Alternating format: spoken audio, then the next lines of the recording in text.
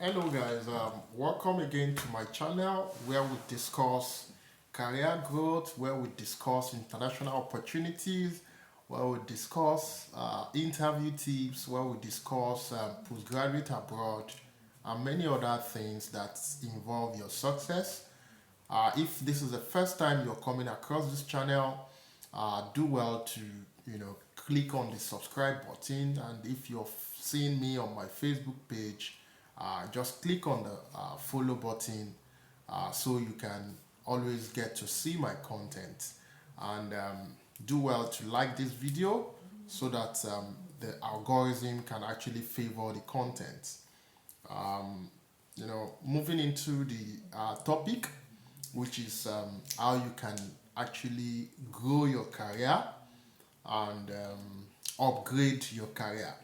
I'll be giving about 8 tips on how to do that. The first one is you need to identify your career strength, your weakness, and the areas where you need to improve on. Basically, one of the very most important thing that everybody needs to understand is even if you are being hyped or you are being degraded by people, the very first person that would be able to tell themselves the truth is yourself. So every other person can tell you lies, every other person can, fabricate things, but you should be able to tell yourself the truth. So you would know area where you have strength and area where you have weaknesses. So your area of strength should, be worked upon so that you can keep the tempo, while your area of weakness should actually be something you should improve yourself on. That's the number one. So you must actually know your strengths and your weaknesses. The number two is skill acquisition. And so this skill acquisition is in the area of your weaknesses. You want to try and improve on them.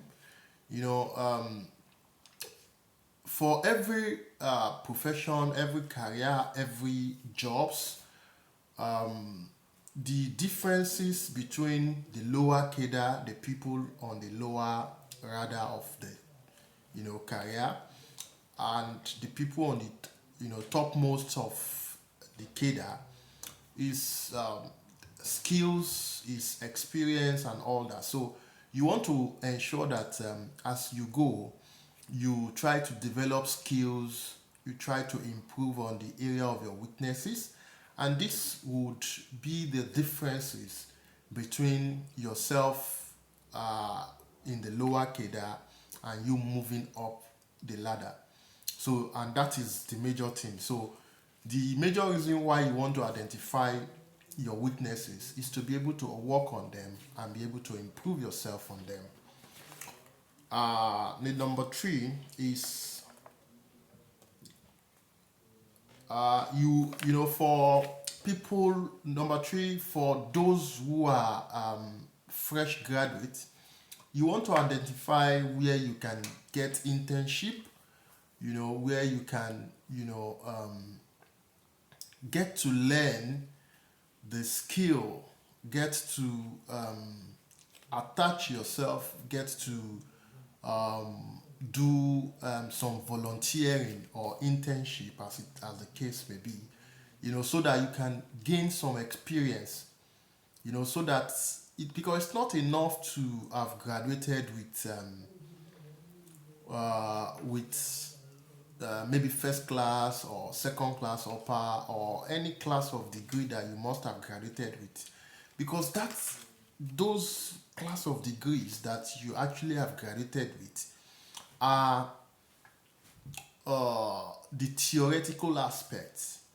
And for every employer, for every industry, what they need is, they need that your qualification, but most importantly, they are interested in what you can do. Because no employer would be interested in keeping you on the job if you are not giving value, and you are not able to give any value if all you have is your paper qualification. So you want to attach yourself, even if it will mean that you will not get paid as at the time you're doing your internship or you're volunteering. So you are not getting paid in cash, you are not getting paid physically, but you are getting paid in something bigger, something that can fetch you more payments. And that's what is important. So you are investing in your future, and that is the greatest investment anyone can actually engage in. So you want to attach yourself, find an internship, and all that. So the number four is after you must have learn new skill, upgrade your weaknesses, learn, identify you have identified where you need to improve on. You have now learned. You need to be able to update your CV.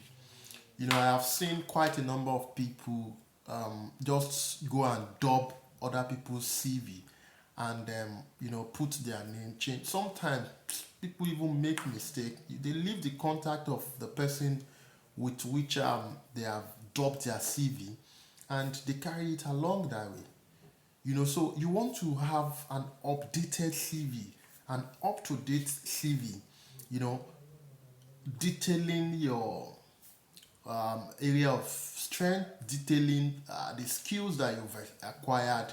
You want to include them in your CV. So this is actually very important. On my channel here and on my Facebook page, I've actually talked about how you can structure your CV. So for especially for international jobs, there are ways you structure your CV that will make it attractive to any employer. So it's actually important that you have an up-to-date CV. So after you must have gone for an internship, or you have gone for a volunteering, you want to include that in your CV.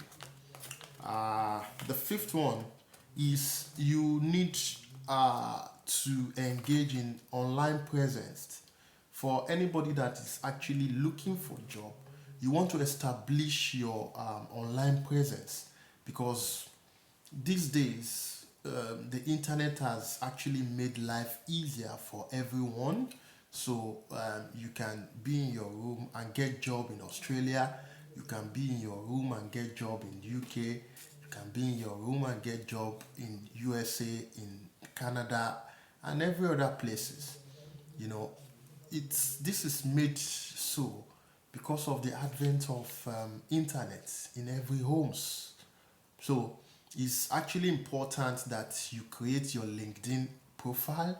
You have a profile on the LinkedIn with an updated CV.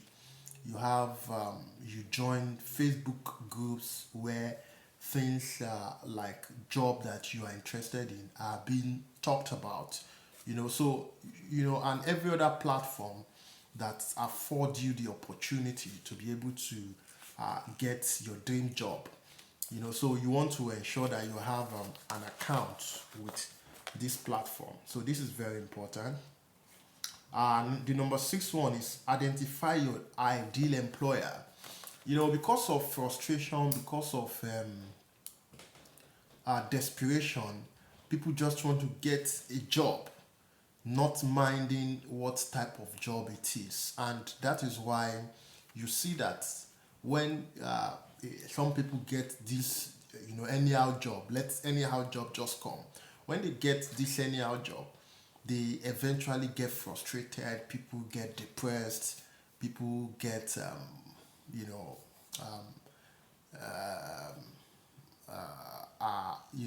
being frustrated, mental stress, and all that, because you actually you lowered your bar. You were not interested in what kind of employer you want. Even when you go for interview, it is just you are going for the interview that you just want to have the job, irrespective of what it is that you'll be facing.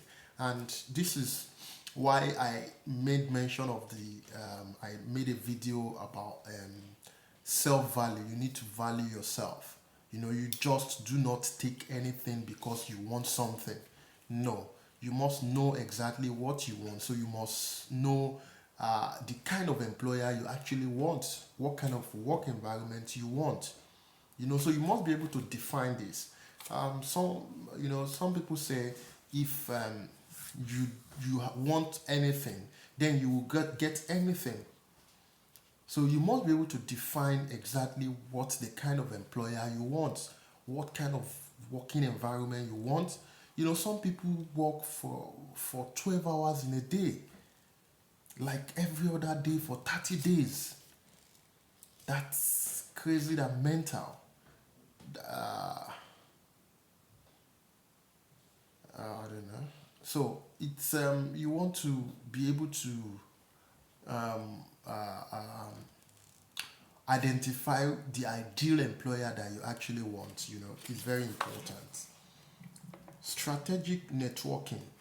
So you want to, like I have mentioned on the number fifth one, that you want to try and ensure that you you network like minds, the kind of people, the kind of job that you're looking for. You engage in networking. So this is actually also very important. And the last but not the least, you practice interview questions. I have been doing that, bringing a lot of interview scenarios, interview things around interview. I have a lot of videos on my channel where I've talked about these things. So you want to practice them. You want to, especially the technical aspect of your job. So if you are going as an agri teacher, you want to be able to answer questions around that. You want to